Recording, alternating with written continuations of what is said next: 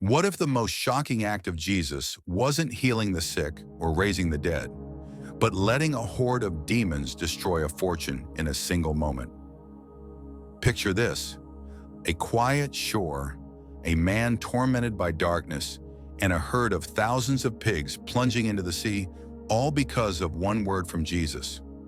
Why would the Son of God allow such chaos? Was it a mistake, or was it a plan so bold it would change the world forever? Welcome to a story that will grip your heart and challenge everything you thought you knew about power, sacrifice, and redemption. We're diving into one of the Bible's most electrifying moments, set in the rugged hills of Gadara, a tale of demons, deliverance, and a choice that echoes through time. This isn't just a dusty page from Scripture, it's a mirror for our lives, asking us what we do when faced with a truth that costs everything. By the end of this video, you'll uncover a revelation that could shift how you see faith, freedom, and the things you hold dear. A truth that might just spark a change you'll carry forever. Trust me, you won't want to miss a single second of what's coming. Before we step into this epic, here's a quick ask. If you're ready to be amazed, smash that like button to share the excitement. It helps us bring these stories to more hearts. And if you want to keep uncovering the Bible's hidden treasures with us, hit subscribe and tap the bell icon so you never miss an episode. Now let's journey to a shore where light meets darkness and a single moment rewrites history. The shores of Gadara, nestled in the Decapolis, were far from the sacred hills of Jerusalem. This was a land where the air carried the scent of foreign spices, the clamor of Greek merchants echoed through bustling markets, and the faint chants to pagan gods drifted from marble temples. The Decapolis, a league of 10 cities under Roman rule, pulsed with a culture that felt alien to any devout Jew. Here, statues of Zeus and Artemis stood tall, their stone eyes gazing over a people who lived by the rhythms of trade, conquest, and rituals untouched by the Torah. For a fisherman like Peter or a zealot like Simon, stepping onto this soil must have felt like crossing into another world, a place where the covenant of Moses seemed a distant whisper. What made Gadara stand out, even in this cosmopolitan region, was its herds of pigs. Thousands of them roamed the hills, their grunts filling the air, their bristled backs stretching across the landscape like a living tide. To a Jew, pigs were not just animals. They were an abomination, forbidden by God's law as unclean, Leviticus 11:7. In Israel, such a sight would spark outrage, a defilement of the land. But in Gadara, pigs were wealth, the lifeblood of a thriving economy. Farmers tended them, traders bartered their meat, and families depended on their numbers for survival. This was a place where the sacred and the profane collided, where the line between holy and unholy blurred under the weight of commerce. Why would Jesus, the Jewish Messiah, choose to set foot in such a land? His presence here was no accident. It was a bold declaration, a signal that his mission stretched beyond the synagogues of Galilee to the farthest corners of a fractured world. As the prophet Isaiah had foretold, the Messiah would be a light to the nations, Isaiah 42:6. And Gadara was a testing ground for that promise. The Decapolis, with its mix of cultures and beliefs, was a microcosm of the world he came to redeem. By stepping onto this shore, Jesus was planting a flag, whispering a truth that would echo through the ages. His kingdom knew no boundaries, no people too unclean to be reached. Could this foreign land, steeped in pagan ways, become a stage for a miracle that would shake the foundations of history? This setting was more than a backdrop. It was a character in the story. Gadara's hills, its markets, its pigs, all spoke of a people living in the shadow of their own choices, unaware of the light about to break through. As Jesus and his disciples disembarked from their storm-tossed boat, the ground beneath them seemed to hum with anticipation. Something monumental was coming, something that would challenge not just the people of Gadara, but every soul who hears this tale today. What does it mean to stand on a shore where everything you know is tested? The answer was moments away, hidden in the shadows of the tombs. As the first light of dawn crept over the cliffs, a figure emerged from the rugged caves that pocked the hillsides. He was no ordinary man. His body was a map of scars, his hair matted with dirt, his limbs marked by the remnants of broken chains. His eyes burned with a fire that seemed to come from another realm, and his voice, when it broke the silence, was a guttural cry that sent chills through the air. This was the man of the tombs, a living terror who haunted Gadara's nightmares. The locals spoke of him in hushed tones, warning children to steer clear of the hills where he roamed. No chain could hold him, no guard could subdue him. He was a prisoner, not of iron, but of something far darker. Who was this man before the shadows claimed him? Perhaps he had been a son, a brother, a friend, someone with dreams, laughter, a life. Now he was a shell, his humanity stripped away by a force that mocked the natural order. The Gospel of Mark paints a vivid picture. He lived among the dead, crying out day and night, cutting himself with stones. Mark 5:5. His pain was not just physical, it was a torment of the soul, a life stolen by an unseen enemy. To the people of Gadara, he was a monster, a problem to be contained. They had tried everything, shackles, exile, fear, but nothing could silence his screams or tame his strength. He was a walking reminder of the limits of human power, a symbol of what happens when darkness takes hold. This man was more than a local legend. He was a mirror for humanity. His chains, though broken, were not so different from the ones that bind us all. Fear, shame, addiction, despair. He was every person who has ever felt trapped, every heart crying out for freedom in a world that offers only cages. His story resonates because it is universal. Who among us hasn't faced a moment when the weight of our struggles seemed too heavy to bear? In Gadara, this man was the embodiment of that struggle, a soul lost in the tombs, waiting for a savior he did not yet know. Could one encounter change everything for a man the world had given up on? The answer was walking toward him, undaunted by the darkness that held him captive. The moment Jesus stepped onto the shore, the air grew thick with tension. The man of the tombs staggered forward, his movements erratic, as if drawn by a force he could not resist. The disciples, still shaken from the storm on the Sea of Galilee, must have felt their hearts race. This was no ordinary threat. They had seen Jesus heal the sick, feed the hungry, and calm the waves, but this was different. This was a man possessed by a power that defied reason, a force that spoke of realms beyond the visible world. Yet Jesus advanced, his steps steady, his eyes fixed with a compassion that pierced the chaos. As the man fell to his knees, a voice erupted from his throat, a voice that was not his own. It was a chorus of malice, a rasping cacophony that seemed to echo from the depths of hell. "What do you want with us, Jesus, Son of the Most High God? We beg you, don't torture us before the time." Matthew 8:29. The words hung in the air, sharp and desperate. How did this entity know Jesus' name?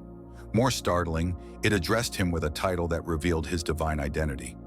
Even the demons knew who he was, a truth the disciples were still grappling to understand. As James later wrote, "Even the demons believe and shudder." James 2:19. But this was no single spirit. When Jesus demanded, "What is your name?" the answer struck like a thunderbolt. "Legion, for we are many." Mark 5:9. A legion. To the Roman mind, a legion was an army of thousands, a force that could crush cities and bend nations to its will. This was a battalion of darkness, a horde of malevolent spirits that had seized this man's body and soul, turning him into a vessel of chaos. Imagine the weight of that moment. Thousands of voices, united in hatred, speaking through one broken man. Yet before Jesus, they did not fight or defy. They trembled. They pleaded, their arrogance replaced by fear, begging not to be cast into the abyss, the place of eternal confinement they knew awaited them. Luke 8:31. Why would a force so powerful cower before a man with no army, no weapons? The answer lay in who he was, the Son of God, the one whose coming marked the end of their reign. This confrontation was not just a clash of power, it was a revelation. The demon's fear was a testament to Jesus' authority, a glimpse of the cosmic battle unfolding beneath the surface of this encounter. The disciples, watching in awe, were witnessing a truth that would define their mission. No force, no matter how great, could stand against their master. Could this moment, on a remote shore, be the spark that would light a fire across the world? The demons' plea grew more desperate as they knelt before Jesus. They knew their time was short, their fate sealed by the one who held all authority. But then came a request that must have stunned the disciples. "If you drive us out, send us into the herd of pigs grazing nearby." Matthew 8:31. Pigs? Why would a legion of spirits capable of shattering chains and terrorizing a region seek refuge in animals despised by the Jews? Was this a trick, a last gasp of defiance, or a sign of their utter defeat? The disciples exchanged glances, their minds racing. The hills were alive with the grunts of thousands of pigs, a fortune in flesh that sustained Gadara's economy. What would Jesus do with such a request? Without hesitation, Jesus spoke a single word: "Go." Matthew 8:32. Go? The simplicity of the command belied its weight. This was no negotiation, no compromise with evil. It was a deliberate act, a divine decision that would unleash a spectacle no one could have predicted. The disciples braced themselves, sensing the ground beneath them shift. The man, still trembling, was at the center of a battle that would shake the hills of Gadara and echo through the ages. Why would Jesus grant such a request? What truth was he about to unveil through this shocking choice? The answer would not only reveal his unmatched power, but challenge the hearts of all who witnessed it. This moment was a turning point, a pivot in the story that would lead to chaos, revelation, and a question that lingers today. What does it mean to stand before a power so great that even demons obey? The pigs, the man, the people of Gadara, they were all about to become part of a divine drama, one that would expose the heart of humanity and the scope of God's plan. Could one word from Jesus change everything? The hills of Gadara trembled as a wave of chaos swept through the herd. Thousands of pigs, their eyes wide with terror, surged forward in a frenzy, their hooves pounding the earth like a drumbeat of doom. In an instant, the entire herd, some 2,000 strong, a fortune in flesh, plunged over the cliff, their squeals swallowed by the churning waters of the sea below. Mark 5:13. The ripples spread, then faded, leaving an eerie silence where moments before there had been life. This was no accident, no natural stampede. It was a spectacle of destruction, a vivid portrait of the force that had once held a man captive. What could drive such a multitude to ruin? The answer lay not in the pigs, but in the spirits that had invaded them. These pigs were more than livestock. They were a mirror reflecting the true nature of the evil Jesus had confronted.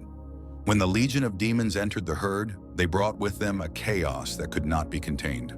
The pigs, innocent creatures, became unwitting vessels for a power that knew only one language: devastation. This was the essence of the demonic, a force that steals, kills, and destroys, as Jesus himself later taught. John 10:10. The herd's headlong rush into the sea was not just a loss of wealth. It was a warning, a glimpse of what happens when darkness is given free rein. Imagine standing on that cliff, watching a living fortune vanish in moments. Could you look away from the truth staring back at you? The destruction of the pigs was a deliberate revelation, a moment when the invisible became visible. Evil, when stripped of its human host, could not create or sustain. It could only tear down. The sea that claimed the herd was a fitting end, a symbol of the abyss the demons feared. Luke 8:31. In the Jewish imagination, the sea often represented chaos, a place of untamed power where God alone held sway. Psalm 89:9. By driving the pigs to their doom, the demons unwittingly painted a picture of their own destiny, a trajectory of ruin that no power could halt. This was not just a loss for Gadara's farmers.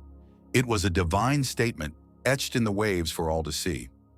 What does it mean when the things we value most are revealed to be fragile before the forces we cannot control? Why would Jesus, the one who calmed storms and healed the broken, allow such a catastrophe? To the disciples standing speechless on the shore, his decision must have seemed bewildering. The pigs were gone, the demons unleashed, and the man they had feared now sat quietly at Jesus' feet. Was this a mistake, a moment of weakness? Far from it. Jesus' command, "Go," Matthew 8:32, was not a concession to evil, but a calculated act, a divine strategy to unveil a truth that would echo beyond the cliffs of Gadara. He did not negotiate with the demons. He directed them, proving that even the darkest forces operated under his authority. The reason Jesus permitted the demons to enter the pigs was to expose their destructiveness for all to see. By allowing them to flee the man and invade the herd, he gave the people of Gadara a front-row seat to the reality of the enemy they could not otherwise perceive. The demons' plea to enter the pigs was not a victory, it was a trap, one Jesus set to reveal their true colors. When the herd plunged into the sea, it was as if a veil had been lifted, showing the chaos that lurked beneath the surface of the possessed man's torment. This was a teaching moment, not for the disciples alone, but for every heart that would hear this story. Could a single act of destruction speak louder than 1,000 sermons? Jesus' decision also served a deeper purpose, to confront the people with a choice. The pigs were not just animals. They were the backbone of Gadara's economy, a symbol of the life the people had built. By allowing their loss, Jesus was forcing a question. What mattered more, their wealth or the power that had freed a man from unimaginable suffering? This was no random act of destruction. It was a challenge, a call to see beyond the material to the eternal. As Paul later wrote, "The things that are seen are transient, but the things that are unseen are eternal." 2 Corinthians 4:18. Jesus was not punishing Gadara. He was inviting them to a new way of seeing. What would you choose if the cost of truth was everything you held dear? The pigs, despised in Jewish law, were more than a convenient target for the demons. They were a theological symbol, rich with meaning. In the Torah, pigs were deemed unclean, forbidden for food or sacrifice, Deuteronomy 14:8. To a Jew, they represented everything contrary to God's holiness, a creature that bore the mark of defilement in its very nature. In Gadara, however, pigs were a source of pride, a staple of trade that sustained families and filled markets. This clash of values, sacred versus secular, holy versus profane, set the stage for a profound lesson. When the demons chose the pigs, they aligned themselves with what was already unclean in God's eyes, revealing their own spiritual bankruptcy. But there was a deeper truth at play. By allowing the demons to enter creatures deemed impure, Jesus was signaling a shift in the divine plan. The gospel he preached was not bound by the cultural or religious boundaries of Israel. The destruction of the pigs was a foreshadowing of a greater mission, one that would reach even those considered unclean by tradition. Years later, Peter would receive a vision of unclean animals declared clean by God, a revelation that led him to share the gospel with Gentiles, Acts 10:15. In Gadara, that vision was taking its first steps. The pigs in their ruin became a sign that God's grace would cross every divide, touching even those the world deemed unworthy. Could an act of loss be the first spark of a salvation that knows no limits? This moment also pointed to the cosmic scope of Jesus' mission. The demons' fear of the abyss, the place of divine confinement, Revelation 23, revealed their awareness of a coming judgment. By granting their request, Jesus was not delaying their fate, but demonstrating his sovereignty over it. He was the one who held the keys to life and death, heaven and hell. The pig's plunge into the sea was a preview of the ultimate defeat awaiting all forces of darkness, a day when every knee will bow before him, Philippians 2:10. In this single act, Jesus was declaring that his kingdom was not just for the present, but for eternity. What does it mean to follow a king whose plans span both time and forever? Jesus' decision to let the demons enter the pigs was a turning point, not just for the man who was freed, but for everyone who witnessed it. The disciples, still reeling from the sight of the herd's destruction, were beginning to see their teacher in a new light. He was not merely a healer or a prophet, he was a king whose authority extended over every realm, seen and unseen. The demons' obedience to his command was a testament to that power, a reminder that no force could act without his permission. As Paul would later proclaim, Christ disarmed the rulers and authorities and put them to open shame by triumphing over them, Colossians 2:15. In Gadara, that triumph was on full display. This act was also a catalyst, setting in motion a chain of events that would ripple far beyond the Decapolis. The loss of the pigs would force the people of Gadara to confront the cost of encountering Jesus. Would they see the freed man and marvel at the power that saved him, or would they cling to their losses and turn away? The decision to allow the demons into the pigs was not just about revealing evil, it was about revealing hearts. Jesus was offering a choice, one that would echo through the ages, to embrace the light or to remain in the shadows. Could one moment of chaos redefine what it means to seek the truth? The importance of this decision lay in its scope. It was not just a local event, but a preview of the gospel's reach.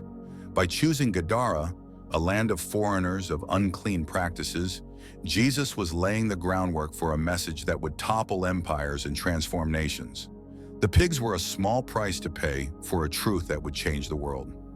As the sea settled and the freed man looked to Jesus with gratitude, the stage was set for a response that would test the soul of Gadara and every soul that hears this story today.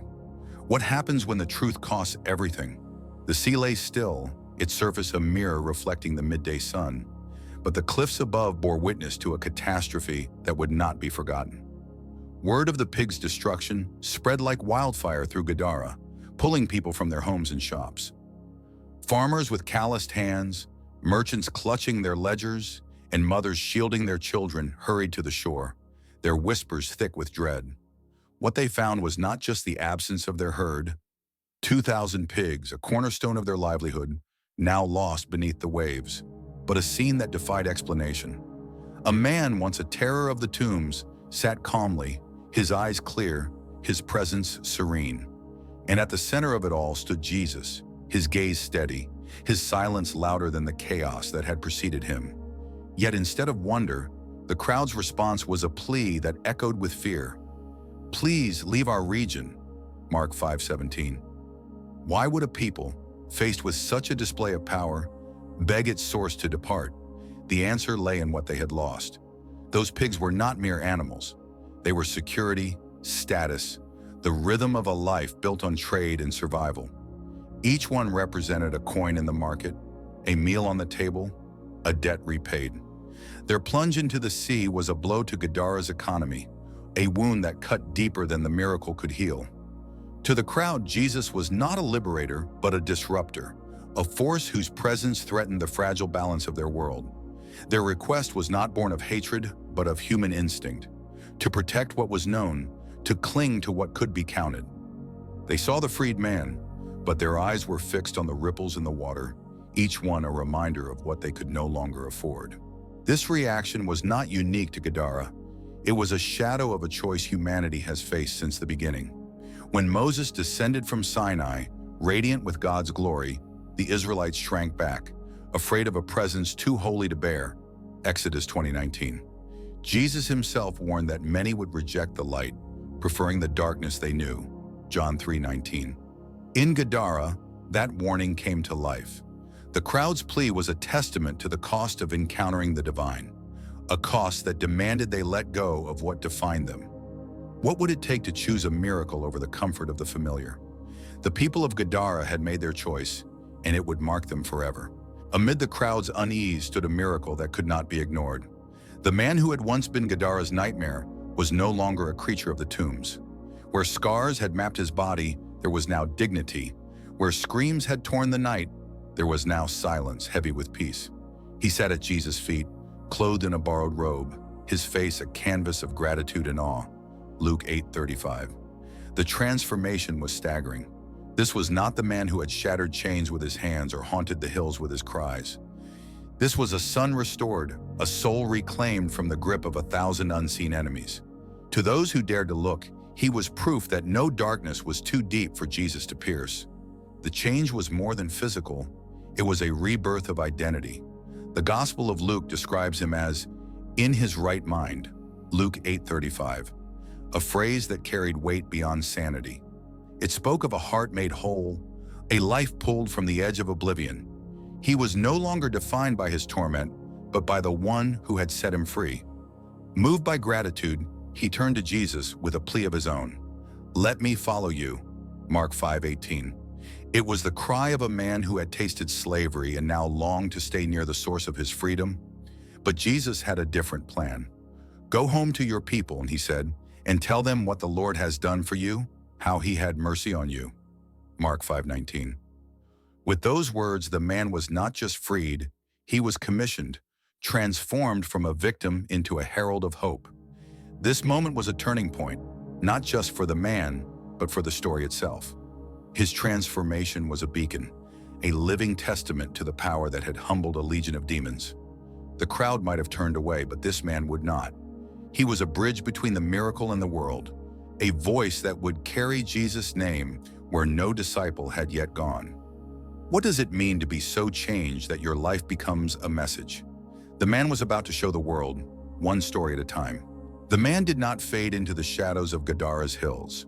With Jesus' words burning in his heart, he set out. Not to follow the teacher across the sea, but to carry his light into the heart of the Decapolis. The Gospel of Mark records the impact. He went through the 10 cities proclaiming what Jesus had done for him, and everyone was amazed. Mark 5:20. 10 cities, each with its own temples, markets, and altars to foreign gods, now heard the name of a Jewish teacher through a man who had once been their terror. His voice, once a howl of anguish, became a song of redemption, a melody that stirred hearts and sparked questions. Who was this Jesus capable of such power? Could his reach extend even here, to a people so far from Jerusalem? This was no small feat. The Decapolis was a cultural crossroads, a place where Greek philosophy, Roman law, and local traditions mingled under the banner of empire. To speak of a Jewish Messiah in such a land was to challenge the very foundations of its identity. Yet the man's testimony cut through the noise. He was not reciting doctrine or debating theology. He was sharing a story, his story, of a life lost and found. His scars, his past, his very presence made his words undeniable.